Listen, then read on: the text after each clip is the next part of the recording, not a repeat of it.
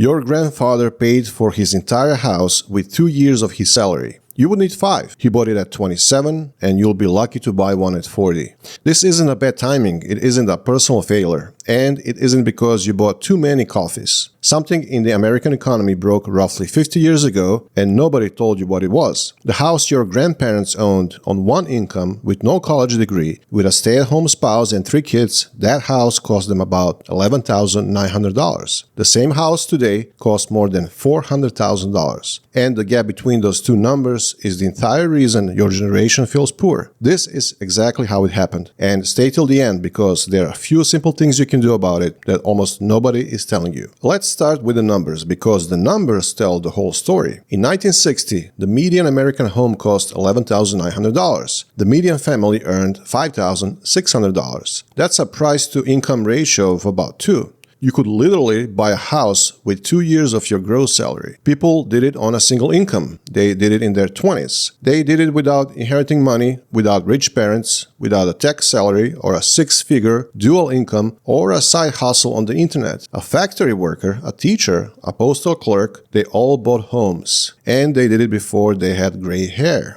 In 1981, the median home was $68,900.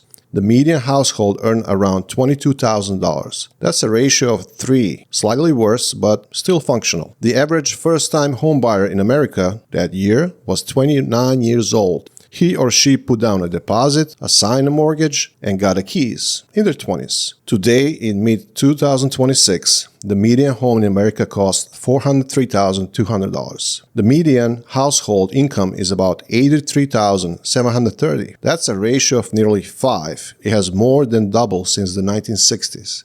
The average first-time homebuyer in America is now 40 years old, not 29, not 31, 40. First-time buyers now make up only 21% of the housing market, the lowest share ever recorded since the National Association of Realtors started tracking the number in 1981. Baby boomers, meanwhile, account for 42% of all home purchases. They are all buying their second, third, fourth home paying cash, while the people who should be buying their first are still trying to save a deposit. Here's the math nobody tells you. In 1965, the average household needed less than 5 years to save a 20% down payment. Today, the same down payment takes about 15 years to save, 3 times as long, to start, not to finish, just to be allowed to play. And here's the punchline that should make you furious. If household income had grown at the same rate as home prices since 1980, the median American family would today be earning around $150,000 a year instead of $83,000. That is a $32,000 gap every year per family forever. That's not a vibe, that's not a feeling, that's an arithmetic theft repeated annually that you've been forced to absorb for your entire working life. So what changed? A few things changed, but the biggest one happened on a single evening in August of 1971. President Richard Nixon went on television and announced that the United States dollar would no longer be backed by gold. Until that night, anyone holding US dollars could technically demand a fixed amount of gold in exchange. After that night, they couldn't. The dollar stopped being tied to anything physical. It became what economists call flat currency. Money that exists because the government says it exists and is worth whatever people agree it's worth. Nixon called it a temporary measure. It is still in effect today, 55 years later. Nothing in the government is more permanent than a temporary measure. Once the dollar was no longer tied to a finite resource, the government could print as much of it as it wanted. And it did. The amount of dollar in existence today is many times what it was the day that Nixon spoke. But here is the part almost nobody understands. When you print more dollars, those new dollars don't get handed out evenly to everyone. They flow first into the financial system, into the hands of banks, governments, corporations, and people who already own assets. By the time those new dollars reach the bottom of the economy, your paycheck, prices have already gone up. This is called the Cantillon effect, named after an 18th century economist nobody talks about anymore. And it's the single most important concept for understanding why you feel poor. People who own assets, houses, stocks, businesses, they get richer when money is printed because the price of their assets rise along with the new supply of money. People who only own their labor and their savings get poorer because their wages and their cash buy less than they did before. This is the reason your grandparents could buy a house and you can't. Your grandparents lived in a system where the dollar held its value. Saving worked, a salary was a stable stable claim on a stable currency. You live in a system where the dollar loses value every single year by design, and the only way to keep it up is to own assets that ride the wave of new money. Houses are at the top of that list. In 1971, a dollar bought what about 10 cents can buy today. The same dollar, the same paper, the same number on the bill. But 90% of this purchasing power is gone. The clearest example is the house itself. In 1971, the median American home cost about $25,000. Today, the same kind of houses cost about $400,000. The house didn't get 16 times better, the dollar got 16 times worse. And here's the cruel part. Wages have not kept up. From 2019 to 2026 alone, median home prices rose 52%. Median household income rose 18%. That gap, repeated every few years for half a century, is the entire story. Wages climb a staircase, asset prices ride an elevator. And the longer you stand on that staircase trying to save your way up, the higher the floor moves. By the time you arrive, the elevator is already on the next building.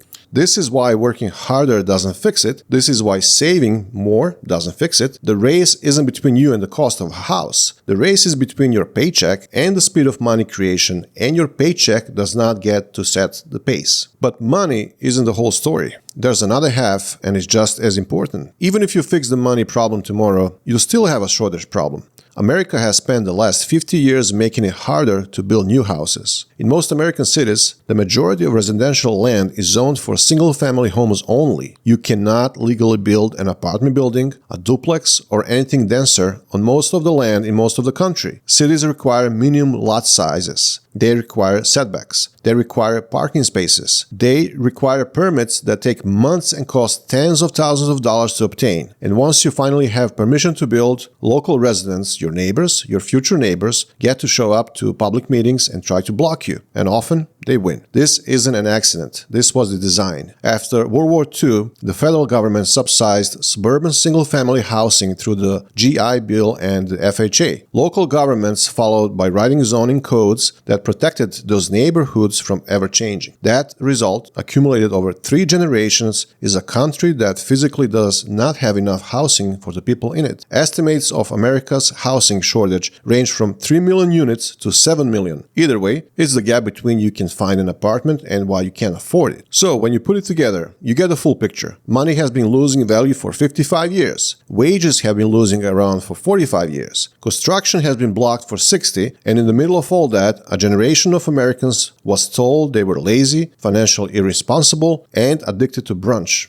The truth is they walked into a system that had been mathematically rigged against them before they finished high school. So, what do you do about it? Because none of this is useful if all it does is make you angry. 3 general principles, none of them clever, all of them effective. First, don't try to win this game by saving cash. The lesson of the last 50 years is that holding cash is a slow loss. Inflation chips away at it every year while assets run ahead. This doesn't mean don't save. You absolutely need an emergency fund. But it means you have to understand that money sitting in a regular bank account is leaking. Most people learn this far too late. Second, own things. Don't just earn things. The wealth gap between people who own assets and people who only earn wages has been widening for a half a century, and it is the single most reliable financial pattern in modern history. The specifics of what you own, stocks, real estate, a small business, an index fund, matters less than the fact that you own something, anything. The world economy quietly rewards owners. It quietly punishes pure wage earners. Once you understand this, it changes how you think about every dollar that lands in your account. Some of it has to go into things that grow on their own, not just things that get spent and replaced. Third, stop measuring your progress in dollars. Measure it in time and assets. $1 million in cash today isn't $1 million worth of buying power in 20 years. But the acre of land, a share of a business, a paid-off house, those things tend to track or outpace inflation. When you start thinking in the real terms instead of nominal terms, your whole financial picture shifts. The right question isn't how much money do I have? The right question is how much of the real economy do I own? And one more thing, none of this requires being a genius investor or picking the right stock or finding the next crypto. It requires consistency over decades. The people who quietly become financially stable in this system are not the smartest. They are the ones who started early, kept buying, and never sold in a panic. That's the formula. It always has been. You did not break the system, but you do have to live in it. The people who understand how it actually works are the ones who slowly, quietly build their way out, while everyone around them is still arguing about whether avocado toast is a problem. Your grandfather bought a house with 2 years of his salary. You'll buy one with 5 if you buy one at all. He didn't do that because he was smarter than you or worked harder than you or made better choices than you. He did it because the system, for a brief and now mostly forgotten moment in American history, was set up to let an ordinary person become a homeowner. That system ended quietly in pieces while nobody was watching, and we've been paying the bill ever since. If you like this video, please give a thumbs up and subscribe, and I'll see you in the next one.